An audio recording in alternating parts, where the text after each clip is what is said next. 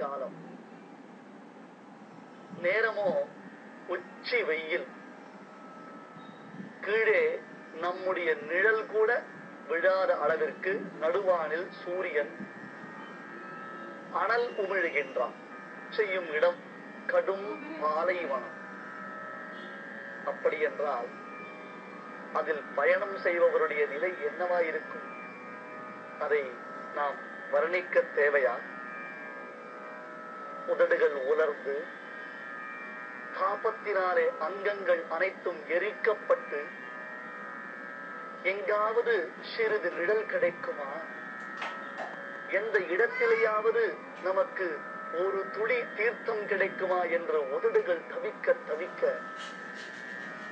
கொடுமையான அந்த கோடையில், கோடை காலத்தில் பாலைவனத்தில் நடப்பவனை போன்று சம்சாரம் என்னும் இந்த பெரும் பாலைவனத்தில் சிக்கித் தவிக்கக்கூடியதான ஜீவர்களுடைய நிலை எம்பெருமானை பார்த்தால் எப்படி இருக்கும் என்பதை ஆழ்வார் இந்த ஸ்லோகத்தினால் விவரணம் செய்கிறார். பாலைவனத்தில் தவிப்பவன் நாற்புறமும் சுற்றி சுற்றி அலைகின்றான். ஏதாவது ஒரு சிறு நிழல் கிடைக்குமா? அதைத்தான் கவிகள் வர்ணிக்கும் பொழுது நிர்வாணாய தருச்சாயா தப்தஸ்யஹி விசேஷதா என்று வர்ணிக்கிறார்கள். ஒரு மொட்டை மரம், ஒரு இலை தழை எதுவும் அந்த மரத்தில் இல்லை. முழுவதும் உதிர்ந்து மொட்டையாக நிற்கக்கூடிய மரத்தின் துளி நிழல், அந்த நிழல் கூட தவிக்கவனுக்கு, தாபத்தில் இருப்பவனுக்கு அப்படியே சுகமாக இருக்கும் என்றால், நன்கு பூத்து கிளைத்து செழித்து வளர்ந்ததான ஒரு விருட்சத்தின் அடியில் அந்த நெருங்கின அப்படி இருக்கும். உதடுகள் வறண்டு விட்டன. நாக்கு மேலே எழக்கூட திராணியற்றதாக அப்படியே உள்ளுக்குள்ளே சுருண்டு விட்டது. ஒரு துளி தீர்த்தத்தை எதிர்நோக்கி அவன் பயணம் தொடரும் சமயத்தில் பசுமையான சோலைகள் சூழ்ந்ததான குளிர்ந்த நீர் உள்ள ஒரு குளத்தை கண்டால் அவன் எப்படி அதை அனுபவிப்பான்? தீர்த்தத்தை அள்ளி பருகுவானா? அல்லது அந்த தீர்த்தத்தை தன்னுடைய சரீரத்தில் தெளித்துக் கொள்வானா? உடலில் பூசிக்கொள்வானா? இல்லை. அங்கே தீர்த்தத்தை பார்த்த மாத்திரத்தில், அக்குளத்தை பார்த்த மாத்திரத்தில் கொடுமையான வெயிலில் வறுத்தெடுக்கப்பட்டவன் ஓடி வந்து அப்படியே என்று அதில் உள்ளே முழுகி முழுகி முழுகி கழிக்குமா போலே சம்சாரம் என்னும் பாலைவனத்தில் தவிக்கும் நமக்கு குளிர்ந்த நீரூற்றாக எம்பெருமான் விளங்குகிறான். அதைத்தான் இந்த வைக்கப் போகின்றோம். கரச்சரண சரோஜே காந்திமன் நேத்ரமீனே ஸ்ரமமுஷி புஜவீரேகமார்கே ஹரிசரசி விகாஹ்யா பீயதேஜோ ஜலௌகம் பவமருபருகின்னஹ கேதமத்யத்யஜாமி பவமருபரிகின்னஹ கேதமத்யத்யஜாமி பவமருபரிகின்னஹ. பவமரு, பவம் என்றால் சம்சாரம், மரு என்றால் பாலைவனம்.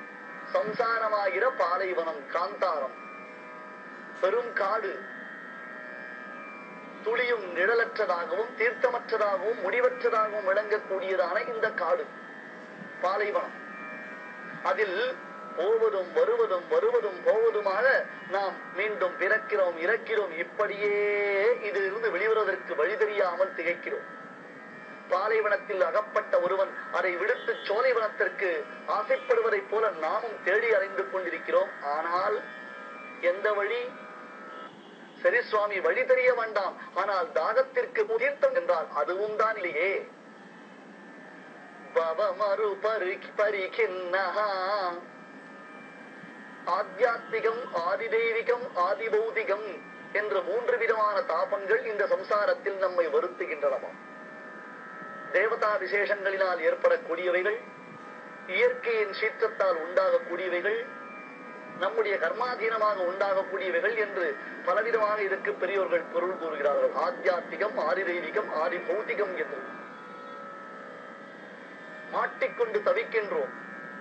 தீர்த்தம் இல்லை, நிழல் இல்லை என்றால் அந்த சமயத்தில் பெரும் பாலைவன புயல் வீசியது என்றால் தவியாய் தவிப்பானே, நெருப்பில் விழுந்த புழுவை போல துடிக்கின்றாரே, எங்கேயாவது நிழல் கிடைக்குமா, தீர்த்தம் கிடைக்குமா என்றால் அங்கே சோலைகள் சூழ்ந்த இடத்தில் குளிர்ந்த நீரூற்று, உடனே ஓடி வந்து அதில் விழுந்து விட வேண்டும் என்று தோன்றும்.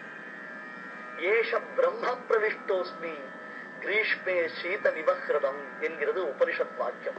அந்த உபனிஷத் வாக்கியத்தை மனதில் வைத்துத்தான் ஆழ்வார் இந்த ஸ்லோகத்தை அருளி செய்ததாக பெரியோர்கள் நமக்கு உரை செய்து காண்பிக்கிறார்கள். 3 விதமான சம்சார துக்கங்களினாலே பிடிக்கப்பட்ட நாம் எம்பெருமான் என்னும் அந்த குளத்துக்குள்ளே புகுந்து விட வேண்டும். அதாவது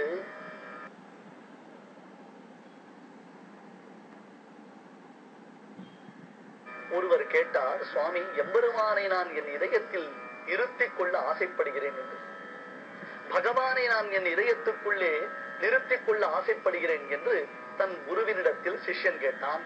அதற்கு குரு பதில் சொன்னார், எங்கே இதோ இந்த ஜரைத்து வா என்று கொடுத்தார். மூங்கில் தட்டு, மூங்கில்னால் பின்னப்பட்டதான ஒரு தட்டு. சிஷ்யன் அருகில் உள்ள ஒரு பாத்திரத்தில் இருந்து அந்த தட்டில் ஜலத்தை மொண்டு மொண்டு முகர்ந்து பார்த்தான். எங்கேயாவது மூங்கில் தட்டில் ஜலத்தை நிரப்ப முடியுமா? அது நிற்குமா? ஏனென்றால் அது ஒன்றுக்கொன்று பின்னி பிணைந்திருக்கும் இடைவெளிகள் எல்லாம் ஜலமானது கீழே விழுந்துவிடும். 4-5 முறை பிரயத்தனம் செய்த சிஷ்யன் ஓடி வந்தான். குருவினிடத்தில் அந்த தட்டை சமர்ப்பித்தான். குருவே, எனக்கு விளங்கிவிட்டது என்றான். என்ன பார்த்தி உள்ளரோ அது போன்று காமக்ரோதங்கள் முதலான தொலைகள் நிறைந்த இந்த இதயத்துக்குள்ளே எம்பெருமானை நாம் நிறைத்துக் கொள்ள முடியாது என்னும் தத்துவத்தை உணர்ந்தேன் என்றான். அதற்கு குரு பதில் சொன்னார், உன்னால் முடியவில்லை என்றால் நான் சொன்ன காரியத்தை முடியவில்லை என்று என்னிடத்தில் நீ சொல்ல வேண்டுமே தவிர்த்து நீயாக ஒரு பொருளை கற்பனை செய்து கொண்டு இதுதான் தத்துவம் என்று நினைக்காதே. நான் என்ன கட்டளையிட்டேன்? இந்த தட்டில் ஜலத்தை நிறைக்க வேண்டும், நிரப்ப வேண்டும் என்று சொன்னேன் அல்லவா? எங்கே? அந்த பாத்திரத்தை கொண்டு வா என்றான். நீர் நிறைந்த பாத்திரத்தை சிஷ்யன் கொண்டு வந்தான். ஆச்சாரியன் அந்த தட்டை நீரினுள் அமிழ்த்தினார். இப்பொழுது என்ன தெரிகிறது பார்? பாத்திரத்தில் நீர் நிறைந்திருக்கிறது, தண்ணீர். அந்த தண்ணீருக்குள்ளே தட்டை அழுத்தினார். அந்த தட்டுக்குள்ளே தண்ணீர் நிறைந்திருக்கிறதா இல்லையா? அதுபோன்று தான் எம்பெருமானை நாம் நம் இதயத்துக்குள்ளே நிறைத்துக் கொள்வதற்கு முன்பாக நாம் அவனுக்குள்ளே புகுந்தால் ஆண்டாள் குள்ள குளிர குடைந்து நீராடி என்ற திருப்பாவையில் நீராட்டத்தை தானே உபதேசிக்கின்றாள். ஜீவர்கள் அனைவரும் பரமாத்மா என்னும் தடாகத்திற்குள்ளே அமிழ்ந்து அந்த அமிர்தமயமான ரசப்பிரவாகத்தை அவர்கள் அனுபவிக்க வேண்டும் என்பதற்காகத்தானே ஆண்டாள் பாவை நோன்பு என்னும் உத்தமமான விரதானுஷ்டானத்தை செய்து காண்பித்தாள். குள்ள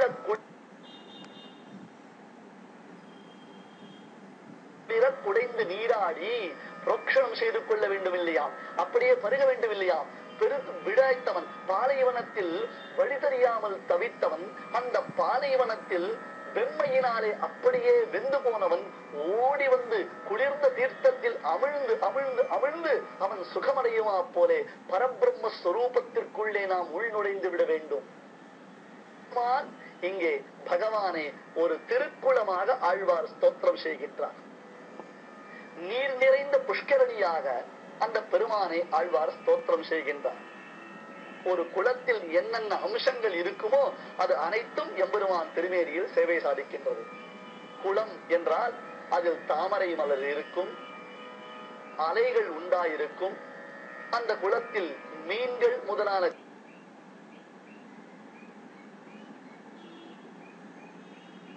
ஜந்துக்கள் நன்கு அழகாக விஹரிக்கும், அந்த குளத்தில் குளிர்ந்த தீர்த்தம் நிறைந்திருக்கும்.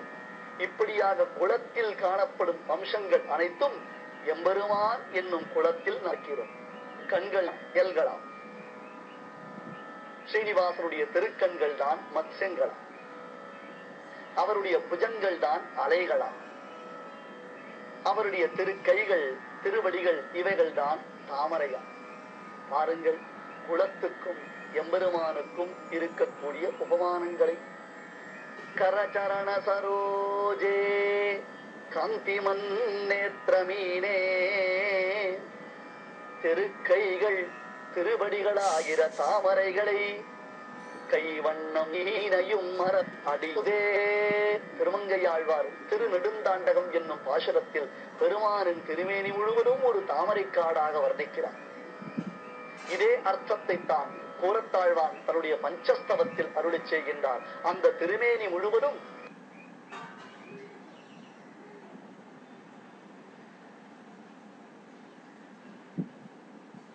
தாமரை காடுகள் பூத்தார் போன்றே இருக்கின்றன.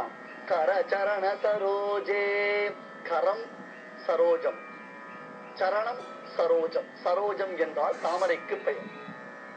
காந்தி மன்னே தீனே, நேத்தியும் அந்த சந்தோஷத்தினாலே தன்னை நாடி வரக்கூடிய பக்தர்களுக்கு அப்பொழுதே அனுகிரகம் செய்து விட வேண்டும் என்னும் பூரிப்பை, பிரேம பாவத்தை வெளிப்படுத்தக்கூடியதான திருக்கண்கள் தான் கயல்கள், மீன்கள்.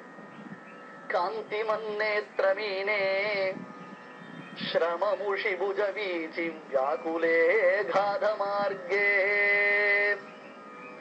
ஸ்ரமமுஷி, ஸ்ரமம் விடாய், வேதனை, வருத்தெடுக்கப்பட்டதினால் உண்டான பரிசிரமங்கள். பாலைவனத்தில் கால்கள் கொப்பளித்து மேலே கதிரவனுடைய கிரணங்களினாலே வருத்தெடுக்கப்பட்டு அனல் காற்றினாலே உடம்பு முழுவதும் உலர்ந்து உலர்ந்து இருக்கக்கூடியவன் தீர்த்தத்தை பருக மாட்டான். முதலில் அதை இறைத்துக் கொள்ள இதற்குள்ளே குதித்து விடுவானே. ஸ்ரமமுஷி புஜவீச்சி வியாகுலே. அந்த குலத்தை அவன் கண்டுணர்வது எப்படி? தூரத்தில் அவன் வரும் பொழுதே அலைகளாகிற கைகளினாலே குளிர்ந்த காற்றுகளை வீசி அவன் சுகப்படும்படியான ஒரு நிலையை உண்டாக்கி, இதோ நான் இங்கு இருக்கிறேன் வா, இங்கு இருக்கிறேன் வா என்று அந்த தாமரை புஷ்பத்தின் மனத்தை சுமந்து கொண்டு வரக்கூடிய காற்று, நீர் திவலைகளை சுமந்து வரக்கூடியதான காற்று, அலைகளாகிறதான அதிசயிதமான அந்த விசேஷங்களை உண்டு பண்ணக்கூடியது. ஆனந்தத்தை உண்டு பண்ணாரா பகவானுடைய மல்லாண்ட தென்தோள் மணிவண்ணா என்னும் அந்த புஜங்களாகிற அலைகளா. குளத்தில் இருக்கும் அலைகள் அவருடையதான புஜங்கள். புஜவீச்சி வியாகுலே அகாத மார்கே. மேலாக தீர்த்தம் இருந்தது என்றால் கலங்கிவிடும். ஆழமான குளத்தில் தான் தீர்த்தம் நிறைந்திருந்தது என்றால் என்ன ஆனாலும் அது கலங்கவே கலங்காது. பெருமாள் சமுத்திரைவ காம்பீரியே என்று ஸ்ரீமத் ராமாயணத்தில் வர்ணிக்கப்படுகின்றானே. அகாத மார்கே ஹரி சரசி விகாஹ்ய, ஹரி சரசி விகாஹ்ய. சரஸ் என்றால் புஷ்கரணி. திரு வெங்கடமாமலையில் எத்தனையோ விதமான தீர்த்த விசேஷங்கள் உண்டாயிற்றே. குளிரருவி வேங்கடம் என்று ஆழ்வார்கள் பாசுரங்கள்.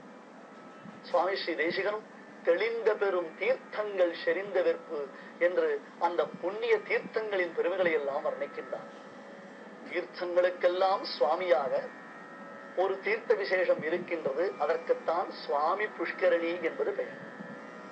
தீர்த்தங்களுக்கெல்லாம் அது தலைவன், அல்லது தலைவர்களுக்கெல்லாம் தலைவனான சுவாமி ஸ்ரீனிவாசன் அவனுடைய புஷ்கரணி. அப்பெருமானை சேவிப்பதற்கு முன்பாக அடியார்கள் அடிவாரத்தில் இருந்து அல்லது தங்கள் இல்லத்திலிருந்து நெடுந்தொலைவு பிரயாணம் செய்து திருவேங்கடமுடியானை சேவிப்பதற்கு முன்பாக இந்த திருக்குளத்தில் நீராடினார்களே, ஆனால் அவர்கள் தாபமும் போகின்றது, அவர்கள் பாபமும் போகின்றது. பரம பரிசுத்தர்களாக உள்ளே நுழைந்த கர்ப்ப கிரகத்தில் ஆனந்த நிலைய விமானத்தில் ஆனந்தத்தை வளர்க்கும் எம்பெருமானை ஆனந்தமாக அனுபவிக்கிறார்களே. ஹரி சரசி விகாஹ்ய. ஹரி என்னும் திருநாமம் கொண்டவனான எம்பெருமான் அவனாகிற திருக்குளத்தில் மூழ்கி திளைத்து, மேலெழுந்த வாரியாக இல்லை, குளிர குடைந்து நீராடி. கீழே சொன்னோமே, அப்பெருமானை நமக்குள்ளே நாம் நிறைத்துக் கொள்ள